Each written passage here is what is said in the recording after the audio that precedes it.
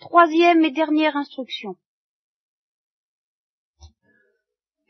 La charité consiste en ceci, que ce n'est pas nous qui avons aimé Dieu. Ce paradoxe-là, j'y tiens beaucoup. Et c'est en partie pour ça que j'ai développé, depuis hier soir, toute la folie de la charité. Il faut que vous soyez mis en présence de cette folie de la charité, que ça vous donne un peu le vertige, j'espère, que ça vous a donné un peu le vertige, quitte à être pris d'un peu de découragement, en découvrant que, non seulement c'est pas fait, mais que vous, moi aussi d'ailleurs, nous mettons des résistances, et non seulement nous mettons des résistances, nous n'avons peut-être pas tellement envie de cesser d'en mettre. Enfin, quand on découvre tout ça, il y a quand même, le sol se dérobe un peu sous les pieds, on se dit, si c'est ça la charité, évidemment, où ça va-t-il nous entraîner, et suis-je capable de me laisser entraîner vers cela? Alors il est bon de se rappeler à ce moment-là, et c'est précisément pour que vous vous le rappeliez, cette parole de Saint Jean, la charité ne consiste pas en ce que consiste en ceci, que ce n'est pas nous qui avons aimé Dieu. Autrement dit, Dieu tient jalousement à son monopole, vous voyez, à son monopole de fabrication de la charité. Il a le monopole de la fabrication de la charité. Nous pouvons, nous, fabriquer toutes sortes d'amours variés, platoniques ou autres, platoniques ou passionnés, mais la charité, c'est une exclusivité, un label illimited plutôt, n'est-ce pas, la Trinitad Unlimited, compagnie, c'est la compagnie trinitaire, société à responsabilité illimitée, qui a l'exclusive fabrication du mystère de la charité. Et alors, sitôt qu'on touche à ça, ça va pas entre Dieu et nous, il se produit vraiment un malentendu, un conflit grave. Et c'est pour cela qu'il y a un lien entre la charité et l'humilité, parce que l'humilité, c'est précisément cette attitude qui reconnaît que Dieu a le monopole de la charité, que tout ce que nous pouvons faire, c'est de le demander. Ce n'est pas une question d'effort ni de record, mais de Dieu qui s'attendrit. C'est d'accepter justement de reconnaître que s'il le fait, ce sera parce que ça lui plaît. Et en conséquence, le problème de la charité devient très simple. Une seule chose produit la charité, c'est la grâce de Dieu. Une seule chose fait obstacle à la charité, c'est l'orgueil. Voilà. Alors, quand on a compris ça, le problème de la charité devient le problème de l'orgueil et de l'humilité.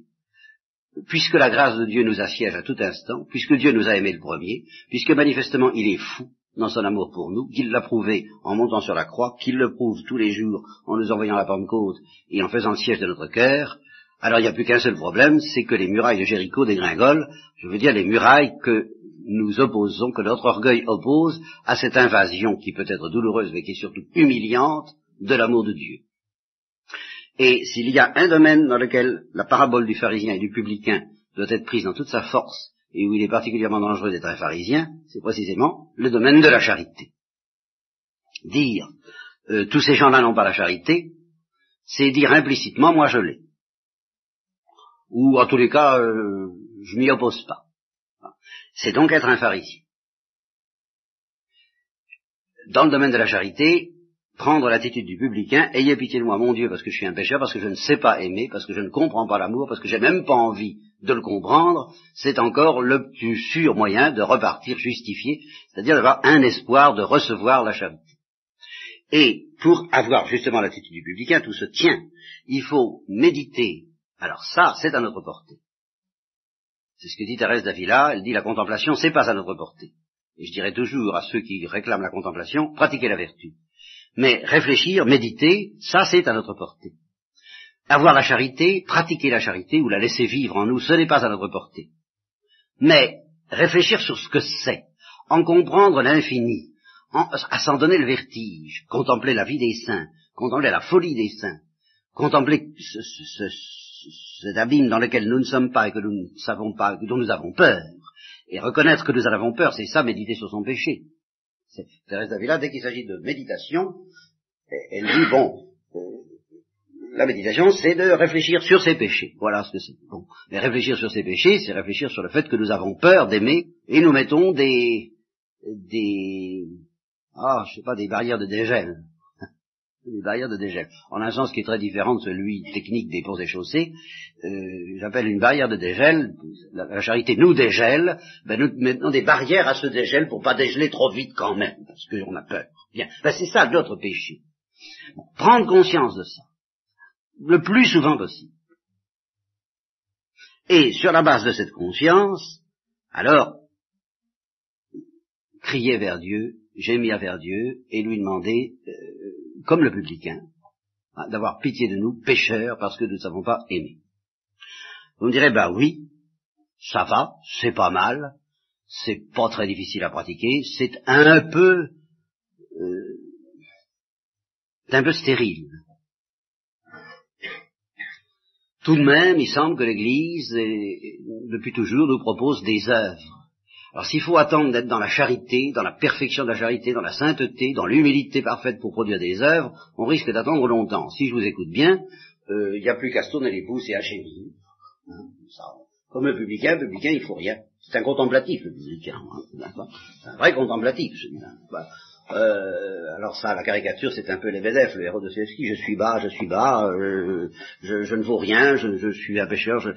Il y aurait peut-être tout de même, en attendant, à nourrir son prochain qui a faim, sans prétendre peut-être avoir la charité, mais enfin.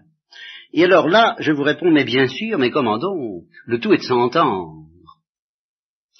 Et alors, quelques réflexions qui seront tout à fait terminales et très rapides, staccato brevissimo, et presto. Encore heureux quand c'est pas presto agitato. Eh bien,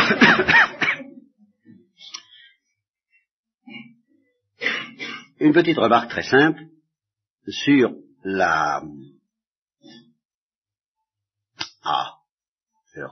parabole de l'intendant infidèle. Là, le Christ dit, voyez cet intendant très astucieux et manifestement très expert dans les affaires profanes et dans les richesses d'iniquité. Il sait se débrouiller fort bien, il est pas bête, lui. Il se dit, je vais être fichu à la porte, qu'est-ce que je vais faire? Mendier, pas envie, j'en ai honte. Travailler, je suis pas doué. J'ai pas beaucoup pratiqué ce truc-là, je sais pas très bien tenir un stylo, ça va, mais une pelle, une bétonneuse, je suis pas très doué. Bon. Je sais ce que je vais faire. Je vais me faire des amis. Je suis bien placé, je vais rendre des services. Et puis tous les gens à qui j'aurais rendu service grâce à ma position, que j'ai encore pas quelques heures à garder, profitons-en à fond, alors j'irai les trouver en disant, voilà, je vous ai rendu service, pensez à moi, à votre bon cœur, quoi. Eh bien, voyez comme il n'est pas bête, dit le Christ, intelligent ce gars-là, intelligent. Si vous pouviez être un peu intelligent dans le domaine des choses spirituelles, un peu comme il l'est dans le domaine des choses temporelles, ça vous ferait pas de mal. Avec les richesses d'iniquité, faites-vous donc des petits amis pour la vie éternelle. Faites l'aumône. Eh bien, une simple remarque. Ce conseil du Christ, alors ça va vous montrer que je vous conseille pas du tout de vous contenter de faire le publicain. Vous allez bien comprendre. Ce conseil du Christ concerne d'abord qui? Le conseil du Christ concerne d'abord ceux qui n'ont pas la charité. C'est à ceux-là surtout que s'adresse ce conseil. Vous n'avez pas la charité. Bon, faites donc l'aumône. Pour obtenir la charité. Ce que j'ai dénoncé ce matin, et je le maintiens plus fortement que jamais, c'est le système qui consiste non seulement à faire l'aumône, mais à se dévouer peut-être inlassablement, pour se dispenser d'ouvrir son cœur au déchirement et au bouleversement de la charité, pour se dispenser d'être touché, pour se protéger un peu plus fort encore contre l'invasion de l'amour. Alors si vous agissez avec cette intention secrète, inconsciente ou consciente, alors ça c'est la catastrophe, et cette action-là, cette œuvre-là, je suis obligé de la condamner. Mais si au contraire vous agissez dans l'espoir d'obtenir la grâce d'être touché, d'obtenir que votre cœur soit touché, que à force de faire l'aumône, ben vous visiez par avoir pitié de ceux à qui vous faites l'aumône, en commençant par le faire sans avoir pitié, comme Thérèse d'Avila le proclame elle-même. Elle dit, je faisais l'aumône, mais j'étais pas apitoyé du tout, ça m'a été donné, récemment. Je commence à avoir un cœur un peu plus compatissant. J'avais absolument pas le cœur compatissant. Enfin, je faisais l'aumône. Mais alors, je faisais l'aumône, ben évidemment, je dis pas pour me débarrasser de ceux qui me demandaient, enfin parce que j'estimais qu'il fallait le faire. Eh bien, faites l'aumône, dit le Christ, faites l'aumône, pour obtenir que cette aumône même brille pour vous, pas seulement ceux à qui vous faites l'aumône, mais tout simplement la pauvreté elle-même de la terre en général, la pauvreté des hommes, et selon la parole traditionnelle, votre aumône priera pour vous. Eh bien, faites-le, dit le Christ. Et l'aumône, il y a l'aumône financière, puis il y a l'aumône d'un vêtement, si quelqu'un te demande de faire une marche avec lui, fais-en deux, et ça fait 1 kilomètre, fais 2 kilomètres, etc. Il y a toutes les formes d'aumône possibles. Eh bien, on peut les faire, même si on n'a pas la charité, il suffit d'avoir un bon mouvement. Et ça, l'Évangile ne dédaigne pas du tout les bons mouvements de ceux qui n'ont pas la charité. Oh, il y attache la plus grande importance, parce que l'Évangile sait très bien, le Christ sait très bien que sans une grâce de Dieu qui s'attendrit, nous ne serons pas tirés d'affaire, nous sommes fichus. Il faut que Dieu s'attendrisse. Et il faut que Dieu s'attendrisse sur quelqu'un qui ne mérite pas qu'on s'attendrisse. Sur quelqu'un qui a le cœur dur, qui est enfermé dans son orgueil ou dans ses ténèbres. Et qu'est-ce qui va faire que Dieu s'attendrisse sur cet être-là? Sa misère, oui, bien sûr, sa misère. Mais encore faudra-t-il que Dieu puisse espérer trouver quelques brèches dans cette misère par où s'introduire. Eh bien, si l'intéressé cède à un bon mouvement, mais qu'il ne soit pas un bon mouvement de charité surnaturelle, un bon mouvement de quelqu'un qui a bon cœur, et qui ne suffit pas du tout pour être justifié ni sauvé, mais ça peut suffire pour toucher alors le cœur de Dieu. Et alors, à force ainsi de faire ce qu'on peut, de lever son petit pied sans franchir une marche, dans le domaine même de la charité, eh bien, vous pouvez espérer recevoir la charité, ce que la Bible appelle être justifié. Et si c'est vrai pour ceux qui n'ont pas la charité, c'est vrai aussi pour ceux qui, ayant la charité, comme j'espère que vous l'avez quand même, eh bien, ne la laissent pas se développer en eux autant qu'elle le voudrait. Ceux qui emprisonnent ce cœur de chair dans leur cœur de pierre, et qui mettent des barrières de dégel, comme je le disais tout à l'heure, en ne souhaitant pas que l'explosion se produise trop rapidement, ou que la fusion de tout leur être, sous la chaleur de cette charité, aille trop vite. Ceux qui veulent que ça aille à leur rythme à eux, à leur mesure à eux. Bon, c'est un péché véniel, je vous l'ai dit ce matin, je ne le retire pas. Mais à ceux-là qui gémissent peut-être au fond d'avoir ce péché véniel et de ne pas arriver à ouvrir tout grand leur cœur à l'invasion déchirante de la charité, je donnerai le même conseil, et le Christ donne le même conseil qu'à ceux qui n'ont pas la charité. Vous n'arrivez pas à poser des actes de charité folles. Bon, posez des actes de charité sages, inférieurs, ne vous contentez pas de vous battre la poitrine, faites-le. Comme le publicain, qui gémit de ne pas être suffisamment aimant, mais tout de même poser des actes d'amour très imparfaits, très insuffisants, en espérant qu'on prie pour vous. À ce moment-là, les vannes s'ouvrent et vous pouvez recevoir une bonne mesure, serrée, secouée, tassée, débordante, car on mesurera avec la mesure à laquelle vous aurez mesuré. Et si justement vous acceptez de reconnaître que votre mesure à vous ne vaut rien, qu'elle est étriquée et lamentable, par là même, vous vous mesurez selon une mesure d'infini, vous comprenez, selon une mesure qui est digne de Dieu. Vous dites, mes actes ne valent rien, ma charité ne vaut rien. Par là même, vous mesurez votre charité avec une mesure qui est la mesure de Dieu. Ça veut dire par rapport à l'amour infini, par rapport à la folie qui devrait être la mienne, ce que je fais n'est rien. Vous acceptez de mesurer votre vie selon cette mesure-là, qui est la mesure de l'amour infini et de la miséricorde infinie, vous recevrez. Vous serez mesuré par cette miséricorde infinie, et vous recevrez à votre tour dans votre cœur une bonne mesure serrée, secouée, assez débordante, et vous vous mettrez à aimer sans vous en apercevoir. Car, comme le dit, je crois que c'est Lewis, peu importe, non, c'est Thérèse d'Avila, une fois de plus.